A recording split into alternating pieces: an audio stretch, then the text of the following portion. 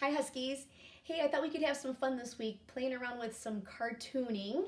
And so I'm gonna kind of walk you through the steps of some cartoon techniques, but also just how we can create a fun character in a different way. This is not going to be a person. This is actually going to be a made up character. And what's really going to make it look a little bit more like a cartoon is going to be the way that we draw the eyes and the mouth and kind of give it some fun expression on its face. The other thing that's really fun about this is that I'm having you think about where you might be able to put this character in something that would be what I would call maybe a container, something that would hold other things. So the kind of things that come to my mind are like a grocery bag, or maybe a backpack, a garbage can, or toy box, things like that. Some kind of a container that holds other things, but it would have to be big enough that it could actually hold this character, okay? The fun part too that I think about it as another little element of surprise is because it is gonna end up looking like it's coming out of this container that it doesn't normally belong. So I wanna get you started by showing you an example sheet that I drew of some containers, okay? So here is a grocery bag and a garbage can and a box. Originally I was thinking toy box, but honestly it could be any kind of box that would hold things. So that will be your choice. You'll see that I added a little bit of extra detail along the sides. That's so that after our little character is popping out, it's going to make it look like there's a backside on the container. So I put those on there because that's going to be probably one of the last things that you would add. And I wanted you to be able to come back. If you want to come back and take a look at it and pause the video at some point, you'd be able to see those details since we're not going to draw those at the beginning, okay? Now up here, I want you to see some examples I drew that these are just showing maybe some different body shapes of this character. Since it's not a person, we don't have to worry about drawing, you know, a head and neck and the whole body.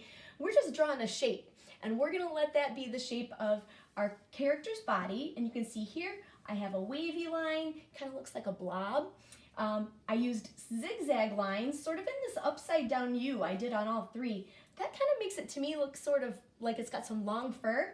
My last one, I did different sized curves, and it kind of to me looks like very fluffy and puffy, something like that. So we're going to start with a container. You have to decide what you want. You may come up with a completely different idea for your container and for the way you choose to draw the body of your character, okay? Then, after I've got those done, the next part about making this look more like a cartoon is by incorporating some of these features that really help to tell what the person is thinking or feeling, or the emotion, or that look of surprise, or is it happy, that whatever that expression is, we can tell a lot in the way that we draw the eyes and the eyebrows and the mouth.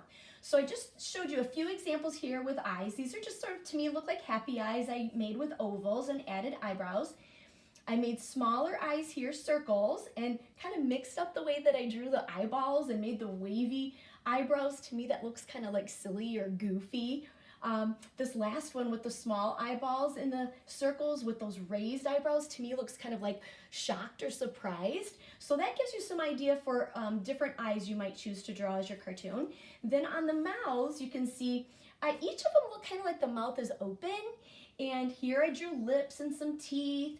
This one I made it open. I didn't even put teeth on this one. I just put a tongue. But you can see how it's curved, and it looks like it's still smiling. And even this one with the squiggly wiggly line on top and bottom, and just a couple teeth in there to kind of fill up that empty space. The last row here is just an example of one arm and hand. I didn't draw two because I wanted to make it big enough that you could see a little bit more of that detail, but obviously you would draw two on yours.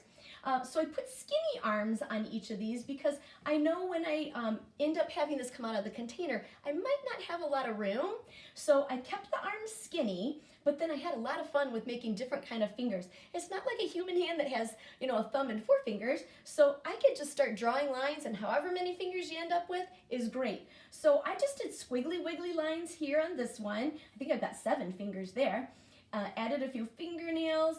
Here I got my pointy fingers with some fingernails, and then over here it almost looks, kind of reminds me of petals of a flower, and added some fingernails on that one and just detailed it with a little bit of line, okay?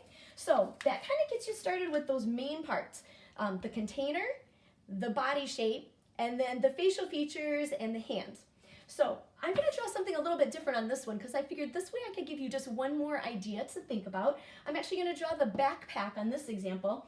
And the first thing I did is I folded my paper so I could have a little fold line to show me about how big I'm going to make each of the parts. My bottom half is going to be the backpack. The top half is going to be my character. So I'm going to start down here at the bottom and I'm going to make an upside down U for my backpack. And I'm not going to make this look too skinny because backpacks are usually a little bit wider at the bottom than they are at the top. And then I'm going to close that up with my line across there. That's going to give me the front of my backpack, okay? I'll wait and add some more details after I get the character in there, okay? So I'm going to go up here to the top and I'm going to choose how I want to make the shape. I think for this one I'm going to make maybe some floppy hair. So just drawing some curvy lines sort of back and forth, and then I'll go to the right side, up and back. Ooh, he's kind of tall.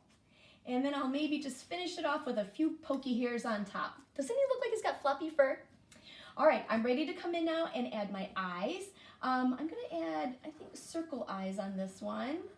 And something I could do a little bit different that I didn't show you in the examples, I'm gonna add some eyelids. And actually, I think I'll turn this into a grill. I have these really long eyelashes. And then I'll add some eyeballs in there. And now I've got to add a mouth. I want him to look happy, right?